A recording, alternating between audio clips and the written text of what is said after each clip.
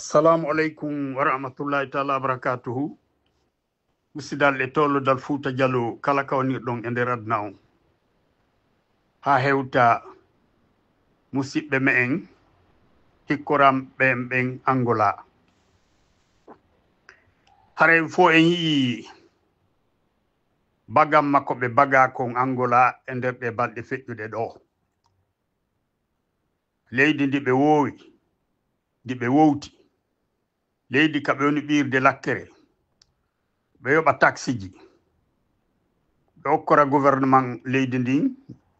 jawdi ko ɓe gollitira ko nafata jibinande leydi laginen ndin fof. Leydi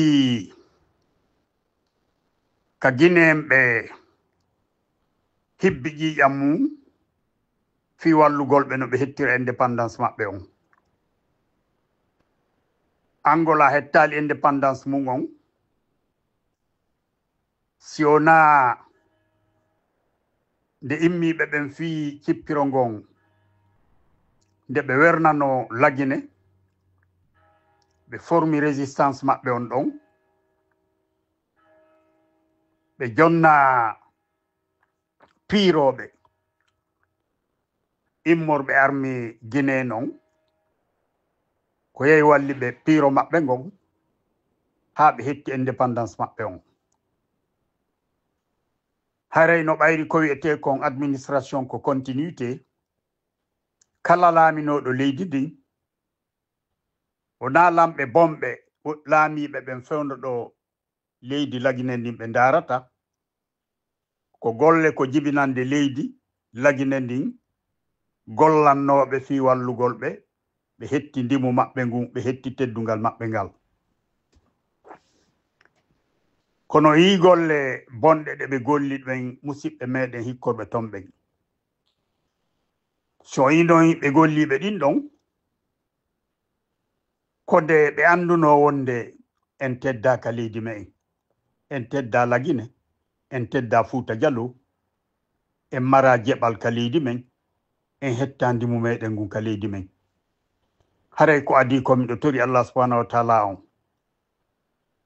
Fatiɓe ɓen e mu'um yo Allah lamɗo hinnoɓe yo yaafoɓe yo wattuduɓe yaafaɓe. Hare ɓiɓɓe jawle ko ɓe acci Allah ɗo barke mum e suddiɓe koroni Allah sukkuɓe koroni malaikat rahman jaɓɓoɓe Allah ɓe nisko ɓe neɓa danda samne manede lahara. Jawle bonɗe ɗe yo Allah ɗo sadaka mu'um yo Allah lamɗo on okkor on jawdi ko lontiniri e jawdi bondi ndin. Yalla okkoron feere no hewiron jawdi moɗon ɗin no hewiron wonkiji moɗon ɗin. Haray hiɗo yamira ndarugol ko honno heɓɓitortoɗe ngame en wono tawri ni e nder aduna Allah on fof no wulani en e taw hara no woodi ka hewtiten tawa ɓuttanayi en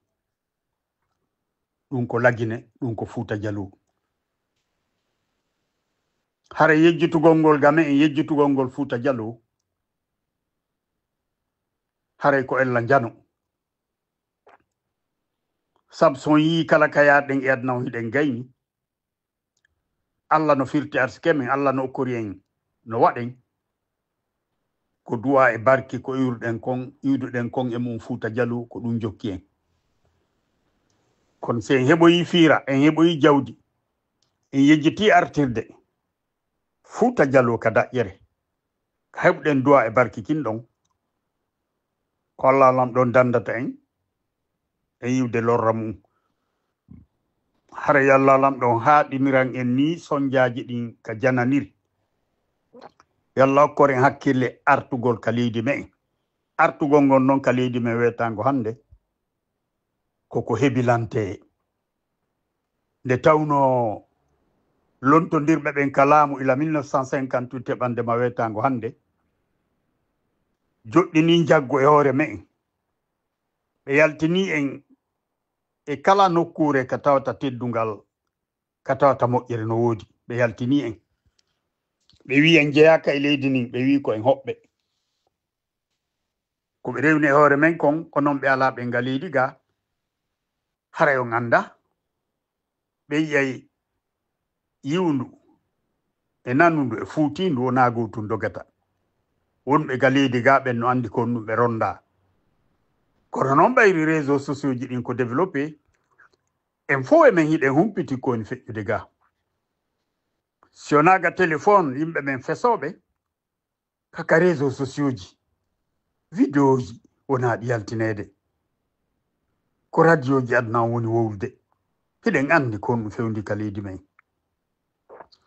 konko fewndiɗo masen immi jonnodiren juuɗe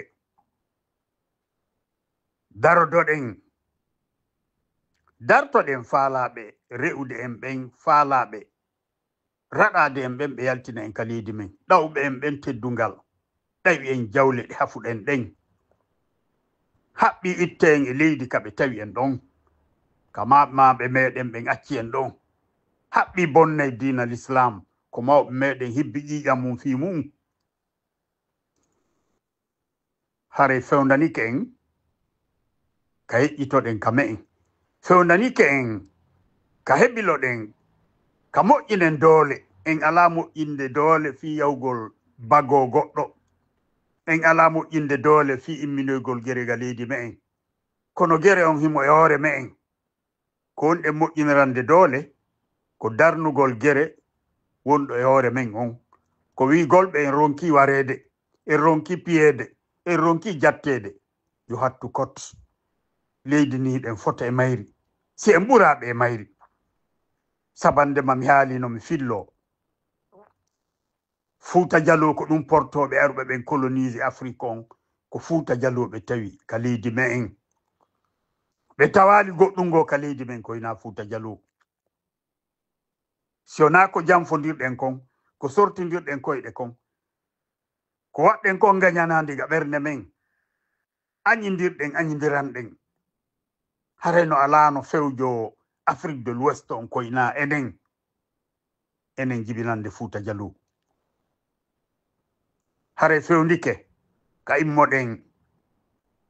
ƴetten dolokke mo mawɓe meɗen ɓen acciri en on ɓornoɗen ko dolokke teddungal ko dolokke kakarayagal ko dolokke wakkilare ko dolokke añugol hersa ko dolokke jogitagol teddungal mum ko dolokke hiwgol ndimu muɗum ngun ko dolokke cippirgol fi no l'islam tabitira no l'islam junjire no julɓe ɓen ɓeydora leydi meɗen ndi woni leydi yeddirdi ɓayri en jasinkinike en acci heferɓe fewji en acci heferɓe fewjani en fewndo hande no jowɗa Fuuta Jallo hiɓe adde torde Allah hiɓe hirsude nayi ɗiɓe huɗaɓe heferɓe naɓe maɓɓe yoɓe hirsu nayi ɗimɓe toranoɓe Allah fi yoɓe tabutu e hoore men fi yoɓe liɓu fi dina meɗen kamɓe yaaɓa ɓen woni ɓe adde nden torde Allah no andi pellet si tawi ɓeɗo siŋiɗaɗi ka leydi me'en wona fi ɓantugol dina meɗen kamɓe wonata ko fi yaaɓugol en fofa en fofito en ko wi ko ɓe waɗi kon debbo bomiɗo on Libéria ɗe balɗe ɗo ɓen waɗuɓe ɗum e ɓe jooɗiɓe hoore men no jonnidiri juuɗe no naɓidi ande wonde si tawi en immaki fewndo ɗo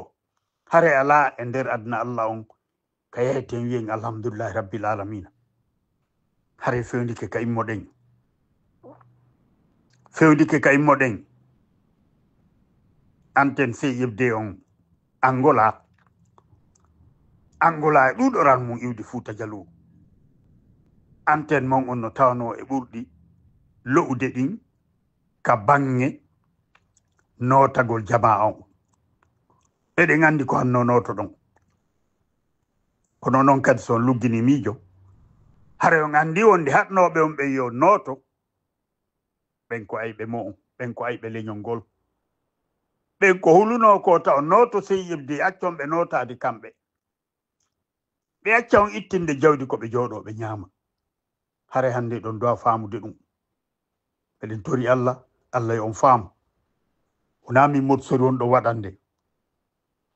no woodi toon kamo on toon moƴƴinɓe mojobere ɓe mara ko ɓe wola toon si wona yennugol modsori si wona yennugol CFD ɓen ɗon tawa e joddi maɓɓe ndi juuɗe Allah gasa Allah yoɓa ɓe ndi ɗo so yoɓe yaɓe di alqiyama sabande Mamadou Sori ko immino cippirde fi mum no wondiri yebugol wonki mum fi mum ko fino ɓutto e pottal tabtira galidi men ɓuttata fotten mbi ɓe jooɗi hoore men ɓe yiwata hoore men mbi en formali doole raɗonen ɓe pottinen ɓe faccinen ɓe on acci hakke ko juma pottinen ɓe jang gaynata ɓe jeejugol gaynata ɓe annasiya gaynata ɓe ɓe wonira tuttugol ko ɓe maɗɗi kon hiɓe maɗɗi laamu ngun ɓe maɗɗi jawle ɗen ɓe tuttata ɗum ɓe tuttinaka nane ɗum faamon nere gaynata o yi omo labe waɗnoɗo hoore mum kakara ka UFDG ɓe jiju moba ɓe multu moba ɓe mowlu moba o hawki iwdi makko ni o ari o saafi dande o jonniɓe ɓe ƴettimo ɓe halfinimo ka ɓe halfinno ɗon Mouctar Diallo ɓe dampiraymo no ɓe dampiri noon Mouctar Diallo o yehi ɓe dampaymo kankade o yaha ɓe dampaymo o yaha hara o maraka o yana kala iwdi Fouta Diallo mo ɓe jonni jeɓum ton ko inde nden ɓe jonnimo o fewjata ko neleteɗo ko imminteɗo joƴƴine e hoore on tino andi e ɓornimo ɓoggol ngol on tino andi o maraka o yilto par ce que o bonike leñol makko ngol o bonike iwdi makko ni o hawkindimo makko ngun o maraka o rutto haray ɓe andi ɗum ɓe waɗinaymo kala ko ɓe faala haray on yamirama ɓurtugol dattagol o yamirama ɗaɓɓutugol teddungal moɗon ngal on hettata ngal on jonnidira juuɗe on moɓali peeɗen on darodali darto ɗon haray ɗo noddita note ka sey ibde laawi ɗiɗi ala laawi tati ala siwona sey ibde noon ko woɓɓe moɗon huli dumbuya en no andi fi sey ibde alpha no anduno fi sey ibde ɓe nanguno yimɓe sey ibde na yo jogiiɓe kartiji sey ibde ɓe soki ɓe hitande lebbi 7 ɓe tefiri ɓe ande e faale hiɓe faala tunno ɓe ɓisira sey ibde hiɓe faala tunno ɓe ɓisira ɓe ɓe ndaari ɓe tawi ɓen woñaɓe hibba sey ibde wara goɗɗo barmina goɗɗo waɗa goɗɗo goɗɗum ko wiɗen ko en jonnidira e juuɗe mawɓen peeɗen saloɗen warede saloɗen futtede e mum nange soke ittine kalsi en woña en hibba saloɗe ɓe futto e boboɓe men jiwɓe sonnaɓe ɓen kene go tawede modi maɓɓe ɓiɓ maɓɓe ɓe waɗa ko Allah yiɗa yarlaki saloɗe yen ɓiru lakkere ɓe ara ɓe lanca ko darnuɗen ɓe ara ɓe lanca magasin ji men ɓe sunnaɗi ɓe ara ɓe sunna plantation ji men ɓe immoɓe soppana e men gaburure ɓe inna en jeyaka Fouta Diallo ɓe yaa ɓe marka cuuɗi men ɗin ka burure ka wonɗen toon Fouta Diallo mi wollata fi ko ɓe waɗi en kon ka bange politique mi wollata fi ko ɓe yaaɓi leader jo meɗen mo teddinɗen fimu iwtirɗen ɓaawo mum ko ɓe waɗimo kon wona on ɓe waɗi ɗum ko enen ɓe waɗi ko enen woni ɓe yaali ko enen woni e daraka ɓe yiyata en ko enen woni enen e ɗuɗoran mum e yaltali dariɗen ka ɓe yiyata en ɓe anda hiɗe wooda e Fouta Diallo kon toon ɗen Fouta Diallo hara Fouta Diallo mutayi e fewndo me en si ɓe siñi peɗa hay Fouta Diallo inde nden ɓe ittay hara Fouta Diallo mutayi e fewndo men onon jooma jawdiɓe hikkorɓe Angola onon jooma jawdiɓe ugginiɓe lagine hiɗon uggini hiɗon ƴuuwi hiɗon sikka on daɗay hiɗon sikka henndu ndun feƴƴey ndu henndu feƴƴata ndu naɓorali on so on ittali jawle mon ɗe on wiyaka yo on feeñu so on ittali jawle moɗon ɗen e sunde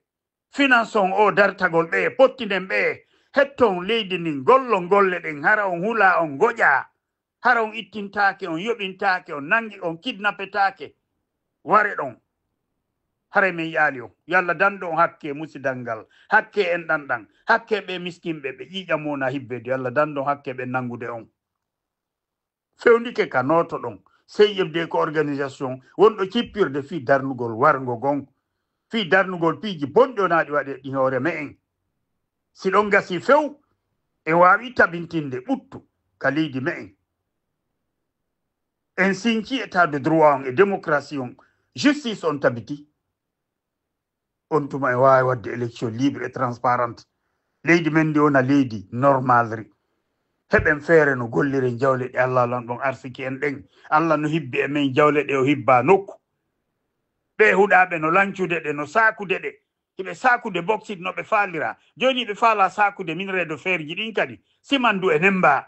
leydi meɗen ndi o naɗatal hay route principal on iwɗo Conakry yehi kanka on hay ngar régla chemin de fer ligne goto wonno ɗon traverse on leydi ndin fof ka tawta leƴƴi ɗin fof forte ɓe bakkoda ɓe naɓida ɓe wowtodira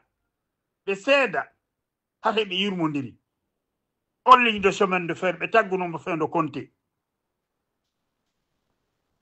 ono wonɓe haylade ɓe hiɗo ande nder adna on hiɗo andi transport on ko ɗum woni poumon développement on développement économie folata si tawi transport on a développé transport développotako si laawi moƴƴinaka si chemin de fer ji moƴƴinaka si ligne aérienne ji ala ɓe taggi chemin de fer goto ɓe pottinmo ɓe jaamimo hare jawle ɗe Allah arsiki en ɗen fof ilandema 58 teɓandema ɗo duuɓi 50 ka portoɓe yahay no hari usine fria no marchude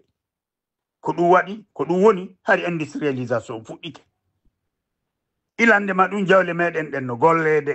duuɓi 57 e maraɗatal e mara labtani kelɗuɗo hunde ko jogiɗen ala hiɗon haylade nder adna on hiɗo yiɗi adna on konno développori joni ko jawle meɗen ɗen lagine ko ɗe won développude adna Allah on fof so naniɓe inna Chine ko usine du monde ko bauxite mais on ɓe nokkude ɓe nokkude million temedere tonne bauxite hitande kala chinois ɓe no nokkude yaltina ka leydi men kono ɓe nen accande si wona nduggu hay bauxite ko wona yaltinede ko juuɗe chinois ɓen jinen ɓe huɗaɓe ittaɓe barki ko angal gandal ko kuddi ko gañanadi mi anda ko ɗum e mum kono ayi ko yaltata ko ɓe anda chinois ɓe no yaltinde lowa ka laaɗe ando ko jeli yaltina ala ko chinois ɓen si ɓe hewtoyi ka maɓɓe jonte buy ɓaawo ko ɓe hewtoyi kon ton ko ɓen nelata wonde a ñalande kaarire bateau kaarijo on ko toon weru ha sabanal ƴettuno ka leydi mum yimɓe bulawuɓe ko bulawu heɓi bulawu ko ɓen Allah ƴetti joɗɗini hoore men ɓa en jaɓali fewde en jaɓali yiɗdirde hiɗe wadde ko Allah lamɗon haɗi en kon gañanandi e bonki e jamfa Allah no haɗi ɗum nde tawno ko ɗum ɗon jogite ɗen ko ɗo waɗi Allah no ƴetti ɓe huɗaɓe ɓe yiwa nokku no joɗɗini hoore men yo Allah faamin en Allah en rutto ɗo yo laawo hiɗo noddita sey yibde tawi ronku feere ronken feccere feere tagoto e mon hulu mo faala ka yaade ga terrain o yahata ko haɗata noon yahen ka terrain wo ko sen formi armé darantoɗo en on hare kon ɗon darato o hiwa en enen wonen tranquille ka cuuɗi men sen faala ka lancanede magasin ji meɗen ndi en forma e armé darantoɗo on tonga ɗum hara handi tagge goɗɗo hippota ko goɗɗo kala wure gurdam deƴuɗan ka leydi men hara ɓerɗe ɗen no ɓutti heɓen no reeri Allah subhanahu wa taala no fariri en no ndewal ngal nde tori Allah subhanahu wa taala on barki nde jumaare e teddude mum yo Allah heɓɓan on jawle bonanɗe on ɗen yo Allah hinno fatiɓɓen o yaafoɓe o sukka ɓe on kasornada ɓel janna yo Allah okkore feere no artiren ka me en Allah en faamu jonnidire juuɗe moɓen peeɗen darde dartoɗen Allah en fool Allah te en foole kakaraji hikkorɗi angolaɗin no tori Allah subhanahu wa taala yo ɓurton hiwde ɓurte dattade ko onon dattiɓe dariɓe en tambiti sey yibde ila ka fuɗɗorde ko onon jogiti gonga o ɓeɗe weltani yo Allah weltano بحرمة ربنا تقبل منا إنك أنت السميع العليم وتب علينا إنك أنت التواب الرحيم سبحان ربك رب العزة عما يصفون والسلام على المرسلين الحمد لله رب العالمين hare ko hande juma ñande 1 août 2025 assalamu aleykum wa rahmatullahi taala wa barakatuh